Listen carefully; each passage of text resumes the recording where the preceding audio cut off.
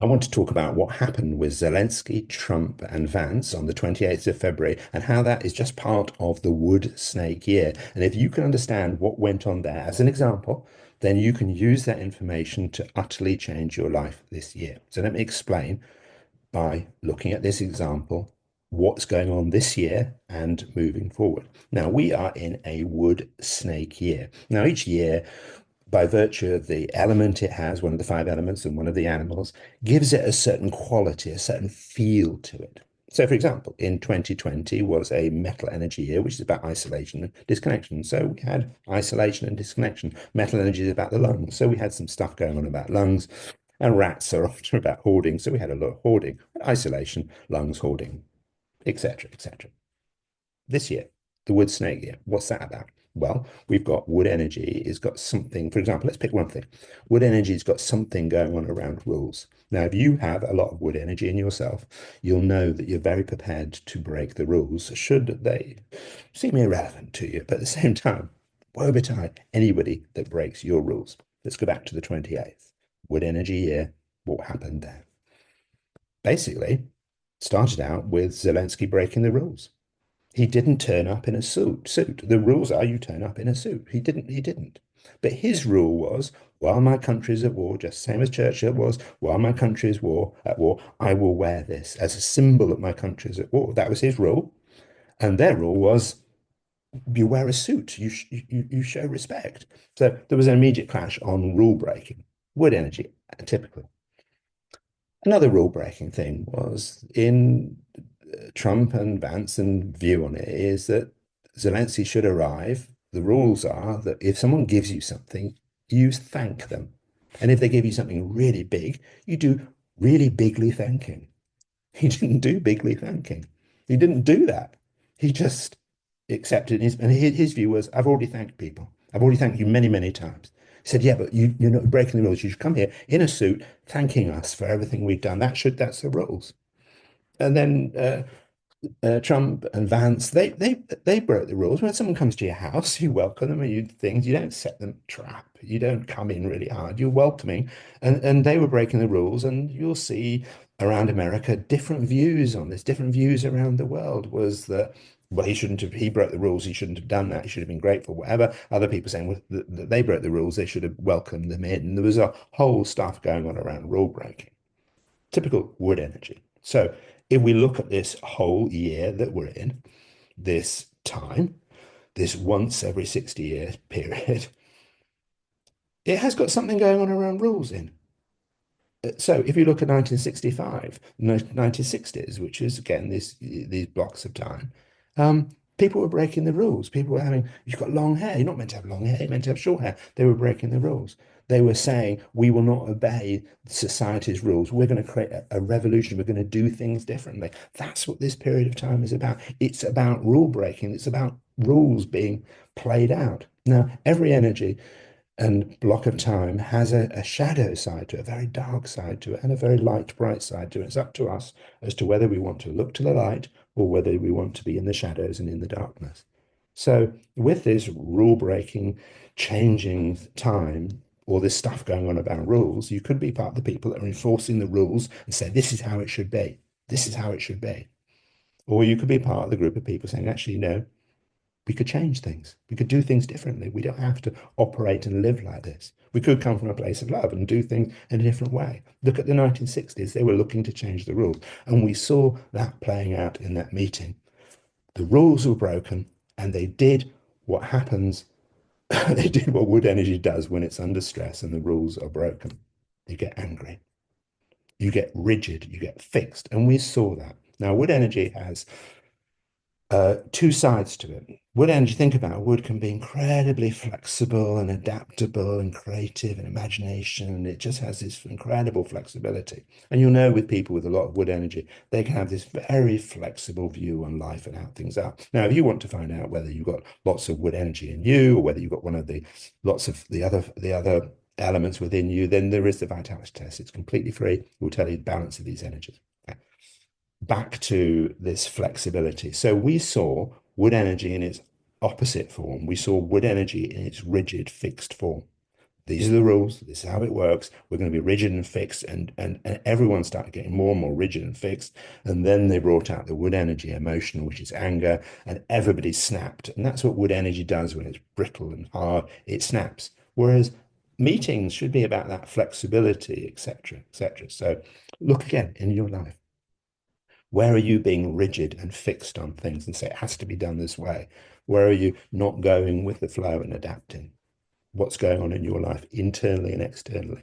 Are you rigidly holding on to a belief about yourself when the world is trying to tell you something different, that you can do it and you have all these possibilities and you say, no, I can't, I'm like this, I can't do it. That's your version of it. Let's go back to the meeting.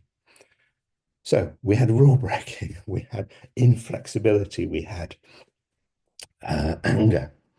We had another thing that is just part of this wood energy year and this period of time that's trying to teach us something. And it's to do with the wood energy and the snake combining together. And this is a really dangerous thing within this year. Now, snakes are persuasive. So you look at them in biblical senses that the snake was persuading Adam and Eve. You look at in popular literature, the Jungle Book with Kaa, the snake looking into our eyes. There's a persuasion about the snake. There's about lies and deception and all that side going on. Now, wood energy, as every energy does, has a lie, a way that it treats us, that tries to persuade us that something is true. The wood energy lie is that the end justifies the means. That's the view, that the end will justify the means. That's a wood energy lie. Other energies have different lies, but the wood energy lie, what we're being persuaded, is that the end justifies the means. And we saw that playing out. And we're seeing that playing out everywhere. We're seeing Elon Musk with Doge. We're saying, I'm sorry, the end justifies the means. We want to save money, so we're going to do it like this. This is how it is. It's a rigid, fixed wood energy thing. And we saw this within this whole negotiation, this whole meeting, this whole conversation is that the end justifies the means. We want to have peace. And it doesn't matter how we get there. Wood energy is about dealing with injustice, solving injustice, creating more equality. It's also about making injustice and inequality and unfairness. It's about the emotion, anger and irritation and frustration, but it is telling us this persuasion that the end justifies the means. And you might be seeing that in your life. You might be seeing that work. They're making cuts and they say, I'm sorry, the end justifies the means. Or you might be playing that game yourself. I want to make this happen and I'm going to just push and I'm going to do it and I'm going to think because the end justifies the means. And but what about compassion and love and kindness? So the dark side, the persuasion of wood energy is the end justifies the means. What's the opposite side to it? Well, wood energy is about creativity. It's about imagination. It's about thinking outside the box. It's about breaking the rules, about doing things completely differently. So we are running with, excuse me, we're running with the end justifies the means as a persuasion. Sorry about this. If we're running with that, what all it's doing is showing us that we have no imagination, no creativity. But, yeah, but what is the solution? Well, I don't know. It's for us to imagine, create, and to work out through our flexibility and our adaptability. Now, you'll often see wood energy playing out when it has this persuasion, this force that mixes with the snake, that we'll see it in the eyes. Wood energy controls our eyes and the snake, and you'll say, I'm sorry, the end justifies means we have to do it this way around. And again, that's that rigidity and that fixedness. So where are you seeing that in your life within this year? Because we saw it in that meeting. It was a classic example of all the difficult dark sides of this wood energy year. This 12-year block of time that in previous times we had the 60s and revolution. In previous times we had American independence. We had the French Revolution. These are phenomenal times of revolution and change. Which leads me to a really important thing about that meeting yesterday and a really important thing about this wood snake year and this whole block of time that we're in. And that is, it is a time of massive revolution, but there is a danger to it. In fact, there are two dangers to it. There is a danger. So, this time of massive revolution, there are three sorts of revolution. There are tired revolutions. People say, I'm just so tired of the way things are. I just want things to be different. I'm so tired. And that kind of maybe creates something, but people can give up when they're very tired. I'm just tired of it. I'm tired of it. It's never going to change. It's fixed, it's rigid, etc. I can't imagine anything any different. You're in that shadow side of the wood energy, not being able to imagine anything different, and you're just tired. That's one form of revolution.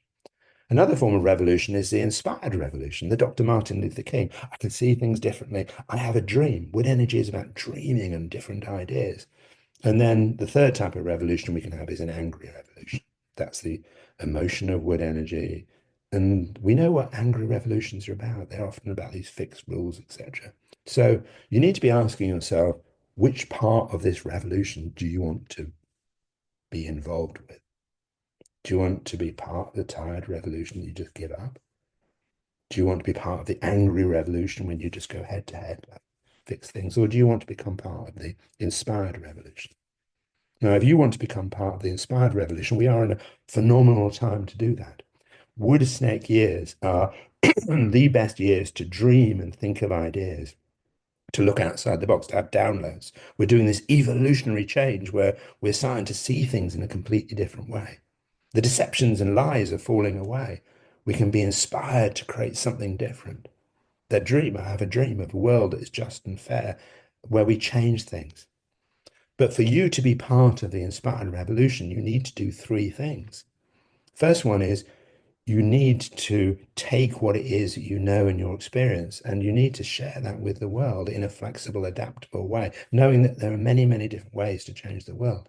To be part of the inspired revolution, I think you need to have some energetic education. It's what we do at the Five Institute. We're not the only system of educating people energetically, but this is a world of energy and it's playing out. And if you can understand yourself by the vitality test or whatever means, your energy, and you can understand the energy of the world and how things are playing out, you don't get drawn into what is the big trap, the third thing you need to be really wary of. And that is to be part of the inspired revolution, you cannot be drawn into this drama. I talked about at the beginning of this year, it will be full of drama. And if you get drawn into the drama, it will take your energy, it will take your time, it will take your focus. And we need to make sure that you are fully on track, sharing your brilliance in the world, or just emitting love and saying, I see a world that is different, I have a dream, and holding that space we create from our mind. So get your energetic education. Don't be drawn into the drama and share the gifts you have in the world. And if you need help, we're here. Hope that's helpful. And remember, the Trump Zelensky Putin Trump, it's a drama that has a solution to it, but it needs to be above our current thinking. And it is not the end justifies the means. And don't be fixed, be flexible. Okay, bye.